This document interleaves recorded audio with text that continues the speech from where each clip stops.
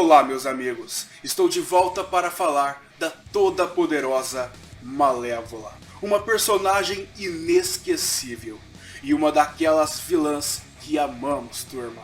Se você é novo por aqui e está estranhando eu falar sobre esse tipo de tema, saiba que aqui no canal existe todos esses vídeos sobre as verdadeiras histórias dos contos de fadas. E eu sei que muitos canais já falaram sobre a Malévola. Porém, o que eu vou contar para vocês hoje é exclusivo, turma. Depois que a Angelina Jolie interpretou a personagem nos cinemas em um live action, e agora fazendo o papel de uma anti-heroína, a popularidade de Malévola cresceu muito, tanto que tem até uma continuação chegando. Mas vocês sabiam que a Malévola, na verdade, é a reencarnação literária da deusa Nêmesis? E então hoje nós vamos navegar por centenas de anos pelo tempo e pela história, até chegarmos na história principal, que faz a ligação direta entre Malévola e a deusa Nêmesis. Então deixem o like neste vídeo para apoiar o canal e venham comigo. Eu sou o Johnny e sejam todos bem-vindos ao canal Mysterium TV.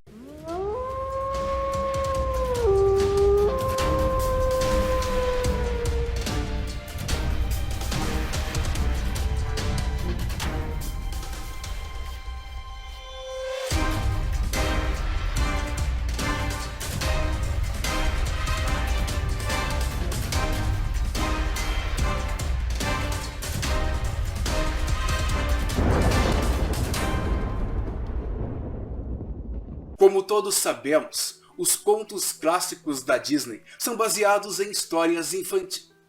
Não, pera aí, não é bem assim. Tá, digamos que os personagens da Disney são baseados em histórias infantis de figuras muito importantes da nossa literatura. E nós apelidamos essas obras de contos de fadas. E em nossa busca pela verdadeira origem da Malévola, vamos começar nossa investigação pelo conto mais recente, Irmãos Grimm.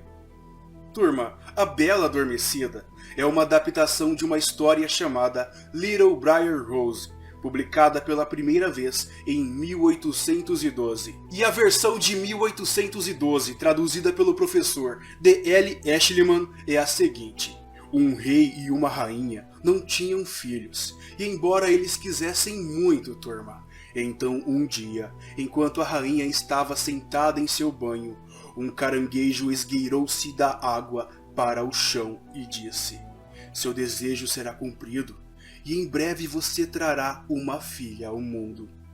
E foi exatamente isso que aconteceu.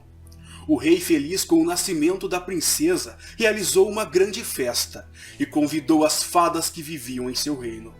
Mas como ele tinha apenas 12 convites de ouro para 13 fadas, então uma não foi convidada. E na celebração, turma, as fadas presentearam as crianças com presentes mágicos. Uma ofereceu virtude, outra ofereceu beleza. Cada uma oferecia algo desejável e magnífico. Assim que a 11ª fada ofereceu seu presente, a 13ª fada entrou furiosa no recinto, reclamando o porquê de não ter sido convidada. E logo em seguida, amaldiçoou a recém-nascida princesa, dizendo que ela morreria no seu aniversário de 15 anos, ao ser picada com um fuso de tear. E os pais ficaram horrorizados. Mas a 12ª fada, que ainda não havia oferecido seu desejo, disse: não será a sua morte, ela só vai cair num sono de 100 anos. E o rei, na esperança de salvar sua filha, emitiu uma ordem para que todos os fusos em todo o reino fossem destruídos. Ok, vamos parar a história por aí. Eu sei que vocês devem estar estranhando, mas vamos fazer isso várias vezes neste vídeo, porque nós vamos viajar por muitos anos pela história, e logo logo tudo vai começar a fazer sentido. Bem, turma, de acordo com os Irmãos Grimm, a vilã da história é a 13ª fada que não foi convidada. Porém, ela não faz mais aparições na história, que termina abruptamente logo depois que a princesa é acordada por um beijo do príncipe. E lembrando que essa 13ª fada, mais tarde, vai ser representada como a Malévola. Só que tem um porém. Esse conto não é a verdadeira história, porque ela é uma adaptação de um conto muito mais antigo, chamado A Bela Adormecida na Floresta. E esse conto, meus amigos, foi publicado em 1696 por Charles Perrault, em seu livro Contos e Histórias do Passado. E rapidamente deixo resumir. Existia um rei e uma rainha que não podiam ter filhos. Fizeram todo tipo de tratamento, mas não funcionava. Até que um dia, a rainha engravida de uma menina. E então houve um grande batismo, e fadas de todo o reino vieram para lhe consagrar e lhe presentear. Depois do batismo, todos foram ao palácio para o grande banquete das fadas. E havia diante de cada fada uma magnífica capa com uma caixa de ouro maciço, onde havia uma colher, uma faca e um garfo, tudo de ouro puro, cravejado de diamantes e rubis. Mas quando todos estavam sentados à mesa, viram entrar no saguão uma fada muito velha, a quem não haviam convidado.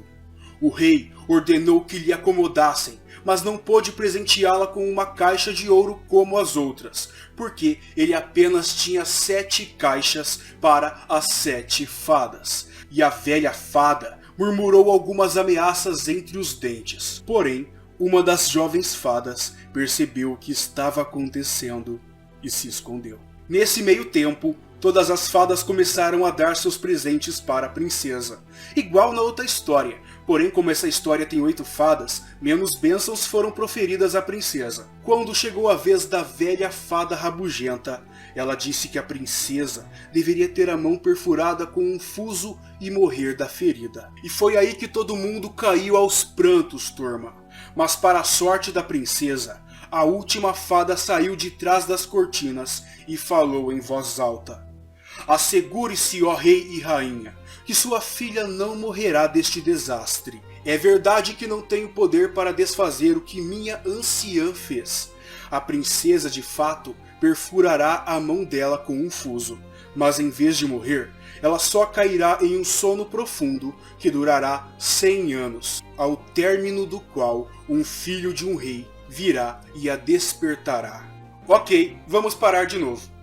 Nessa história, existem 8 fadas, ao invés das 13 no conto dos irmãos Grimm. Curiosamente, nos é dada uma explicação um pouco mais razoável do porquê a velha fada não foi convidada, que era só porque todos pensavam que ela estava morta. E ainda assim, a velha fada, que como a nova fada disse, era uma anciã, ficou ofendida por ser esquecida e não receber nenhum presente. Bem, se coloquem no lugar dessa fada para vocês verem se não dá uma raiva. Ah, e eu confesso que gosto bastante dessa história. Temos até dragões aqui. Mas uma coisa muito louca nessa história é sobre o príncipe e a princesa depois que eles se casam. Aqui não tem felizes para sempre, turma. Em vez disso, a história dá uma guinada bizarra. Acontece que a mãe do príncipe é um ogro, ou uma ogra. E quando a princesa dá à luz a uma filha chamada Morning e um filho chamado Day, a rainha ogra tenta comer todo mundo. Felizmente, seus planos são frustrados pela cozinheira, que vai substituir a turma do rolê por cordeiros. E essa história é levemente mais pesada que a anterior. Eu acredito que no futuro, os irmãos Grimm leram a história e pensaram: bem, isso aqui não é family friendly não. E aí eles se esquivaram desse lado horripilante da história. E eu também tô tendo que fazer isso no canal porque tá difícil, viu? É, turma, só que tem um porém. Essa história também não é a verdadeira, pois existe uma história muito mais antiga. Essa história que resumi para vocês é uma adaptação que Charles Perrault fez de ninguém mais nem menos que o grande escritor Basile. o escritor Giambattista Basile publicou Sol, Lua e Thalia. Bem, turma, vamos ao conto. Houve uma vez que um grande senhor, que no nascimento de uma filha chamada Thalia, convocou todos os sábios e adivinhos de seu reino para ler sua sorte e seu destino. Depois de conferir um número de vezes, eles concluíram que ela iria encontrar-se em grande perigo por causa de um pequeno pedaço de linho. E assim, turma, o rei emitiu uma proibição destinada a evitar aquele encontro sinistro. E em sua casa nem linho, nem canhamo, nem nada do tipo podia entrar. Turma, é uma mudança drástica. Nessa história não temos fadas, mas a velha fada que sempre aparece para amaldiçoar a princesa está presente aqui, só que de uma forma diferente. Bem, continuando. Um certo dia, Thalia, que já havia se tornado uma bela mulher, estava olhando pela janela quando viu uma velha mulher por perto girando uma roca. A moça ficou tão curiosa com o instrumento, já que ela nunca tinha visto um, que chamou a velha para parar os seus afazeres e deixá-la ver o aparelho. E Thalia, turma, implorou para poder esticar o linho na roca, e ela deixou. E então uma farpa entrou debaixo de sua unha, e Thalia caiu morta no chão, e a velha desapareceu. Quando seu pai a encontrou, ficou devastado. Ele vestiu o corpo de Thalia com as roupas mais bonitas que ela possuía, e sem conseguir enterrar sua filha, ele a colocou na sala palaciana de uma de suas propriedades rurais, e então abandonou a construção para sempre.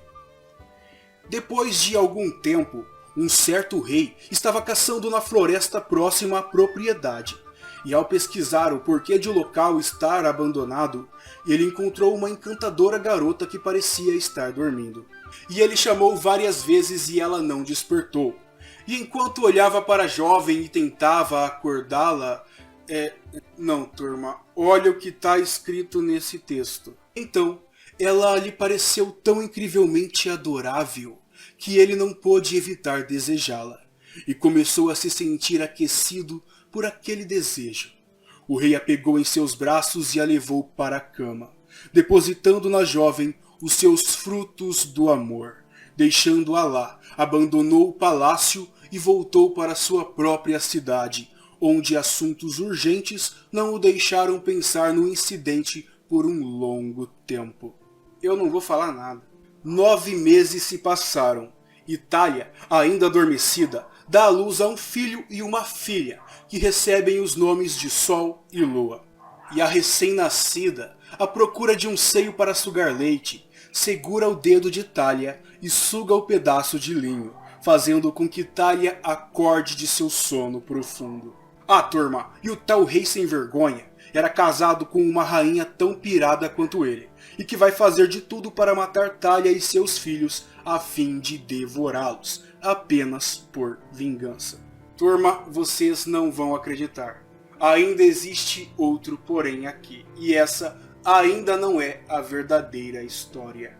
Mais uma vez estamos diante de outra adaptação, só que a adaptação de uma história muito, mas muito antiga. Basile cavou fundo para chegar nessa história, turma.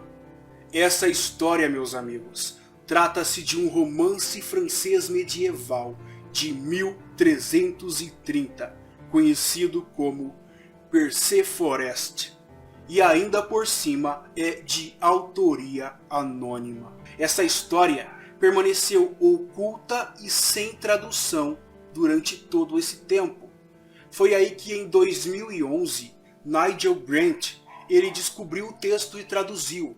E obviamente essa história deixou os amantes da literatura e da história chocados. E essa história é um verdadeiro romance, ao invés das adaptações em contos de fada. Por isso a narrativa é bastante complexa, mas o resumo é o seguinte. Houve uma vez um rei chamado Zelande que tinha uma rainha. Em seu reino, as pessoas adoravam principalmente as 3 deusas, Vênus, Lucina e Temis. E era costume nessa terra que quando uma mulher estava prestes a dar à luz, ela mandasse que as suas servas fossem ao templo das 3 deusas e preparassem uma mesa com 3 lugares, com todos os tipos de comida e bebida, taças cheias com o melhor vinho temperado e facas para comer.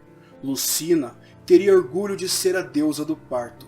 A deusa Vênus se sentava ao lado dela com sua tocha pronta para proteger a criança, e Temis ao lado de Vênus, e ela é a deusa do destino. Porém, turma, a deusa Temis não recebeu uma faca e sentiu-se desrespeitada, e então, enfurecida, ela declarou que ao nascimento da princesa, seu destino seria que do primeiro fio de linho que soltasse de sua roca, um fragmento perfuraria seu dedo e a levaria a um sono repentino do qual ela nunca acordaria. Vênus, no entanto, interveio e profetizou que o fragmento seria sugado e ela acordaria. E a bela princesa, que se chama Zelandine, cresce e se apaixona por um cavaleiro escocês chamado Troilus. Tudo o que foi profetizado acontece com Zelandine, e ela cai num sono mortal e é colocada em uma torre alta pelo rei Zeland.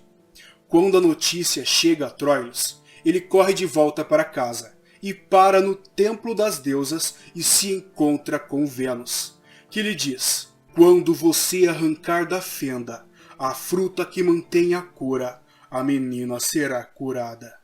Troilus então chega na torre onde Zelandine estava, e ao encontrá-la dormindo nua, ele implora a Vênus para que ela o guie para a fenda que abriga a fruta, já que ele não poderia encontrá-la sozinho. Porém, ela não o ajuda e some. E ele faz de tudo para tentar acordar sua amada, só que sem sucesso. Ele até mesmo dá vários beijos nela, só que Zelandine não acorda. E ao ver naquela situação nua... É isso mesmo que vocês estão pensando. 9 meses depois, ainda dormindo, Zelandine dá à luz a um filho, que buscando comida, agarra um dos dedos de sua mãe e começa a sugar, retirando o fio, quebrando então a maldição e acordando-a. E antes que ela seja capaz de descobrir o que está acontecendo, um enorme pássaro com o torso de uma mulher entra pela janela e arranca o bebê para entregá-lo às 3 deusas. E encantado com o despertar de sua filha, o rei feliz jura sua filha em casamento a outro homem. E então Zelandine foge com Troilus. E vamos parar mais uma vez por aqui. Em todas essas histórias, temos uma criança recém-nascida que será amaldiçoada por uma entidade feminina, sendo que 2 dessas eram fadas idosas, uma velha misteriosa e agora a deusa Temis. E Temis, meus amigos, era na verdade uma titã do Olimpo e a personificação da lei e da justiça. Ou seja, ela não aceita nenhuma transgressão. Ela era o segundo no poder por trás do oráculo de Delfos, depois de Gaia e antes de Apolo, demonstrando assim que ela realmente era considerada uma deusa da adivinhação. Ah, Johnny, então podemos dizer que a origem literária da Malévola é a deusa titã Temis? A princípio achamos que sim, turma, mas acabamos encontrando uma outra deusa abaixo de Temis, que será muito importante para a conclusão dessa história. A deusa Nêmesis era a deusa da indignação, do equilíbrio e da vingança divina. Enquanto Temis julgava, Nêmesis era quem punia. E toda essa história se encerrará aqui, em um conto extraordinário que aparece no livro 48 do poema épico de Nonos Dionisíaca, que conta a vida de Dionísios, cerca de 450 anos na Era Comum, pelo menos 8 séculos antes da Perseforeste. E é agora que todos nós vamos ficar impressionados. O poema começa com palavras ímpias da deusa solteira Aura para outra deusa solteira, Artemis. Nadando nuas em um rio, Aura começa a provocar Artemis por ela ser virgem e por Aura ter seios redondos e macios, ao contrário de Artemis, que parecia um menino. E Artemis, muito insultada, procura Nêmesis e implora a ela para transformar Aura em pedra. E Nêmesis obviamente rejeita essa punição. No entanto, ela promete outra vingança. Nêmesis rastreia Aura e lança uma maldição sobre ela. E depois, ela pede a ajuda do deus Eros para encher Dionísio de luxúria pela donzela. E Dionísio vai à caça de Aura, mas se pergunta como ele poderia convencer a virgem deusa a se deitar com ele. E enquanto ele está lá pensando, uma ninfa aparece e diz a ele: Baco nunca pode levar Aura a seu leito, a menos que ele a amarre primeiro em grilhões pesados, e enrole os laços dos cipres em torno das mãos e dos pés, ou então a coloca sob o jugo do casamento durante o sono, e rouba a donzela da menina sem o preço da noiva. E então ele retorna à perseguição, e ao longo do caminho encontra o fantasma de Ariadne. E aqui entra a primeira fonte para o aspecto da roda de fiar da história da Cinderela. Ela lhe dá uma roca e sugere que, se sua noiva pedir um presente, ele apresente a roca a ela. E após a reunião com o fantasma de Ariadne, Dionísio alcança Aura, e vendo que ela parecia estar com sede, Deus bateu no chão, fazendo com que uma fonte de vinho com cheiro doce aparecesse. E ele leva Aura para a fonte, onde ela bebe até cair em um sono bêbado.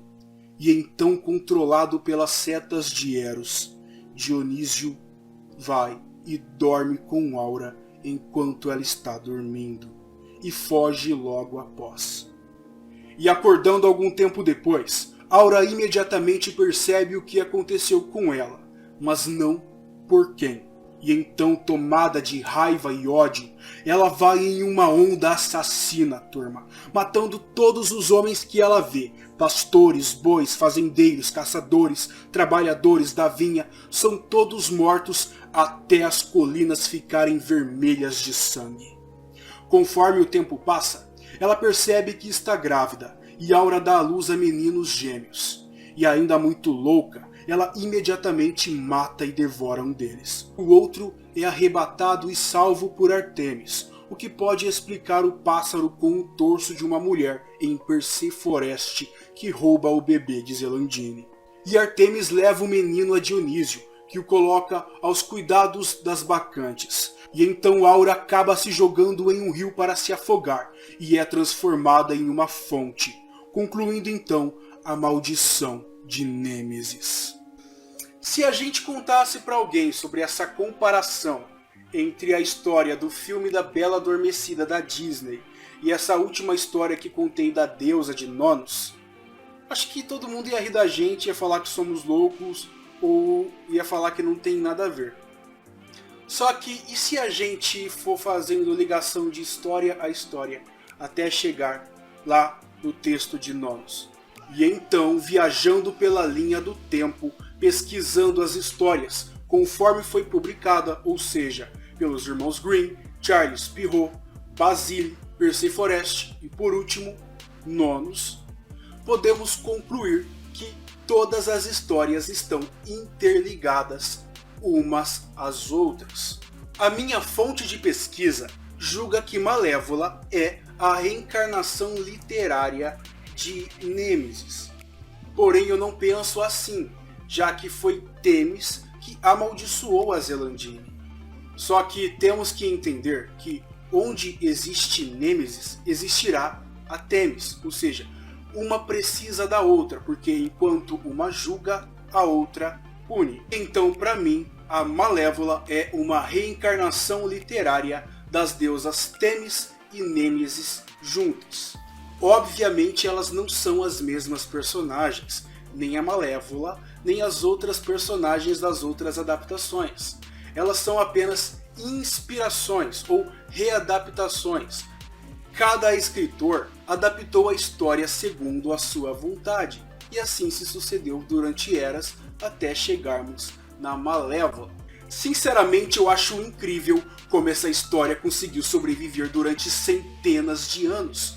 Tudo bem que ela foi se modificando e se readaptando, mas turma, independente de tudo, a história da Malévola, a história da Bela Adormecida tem as suas raízes lá na mitologia grega, turma, lá no passado, centenas de anos atrás.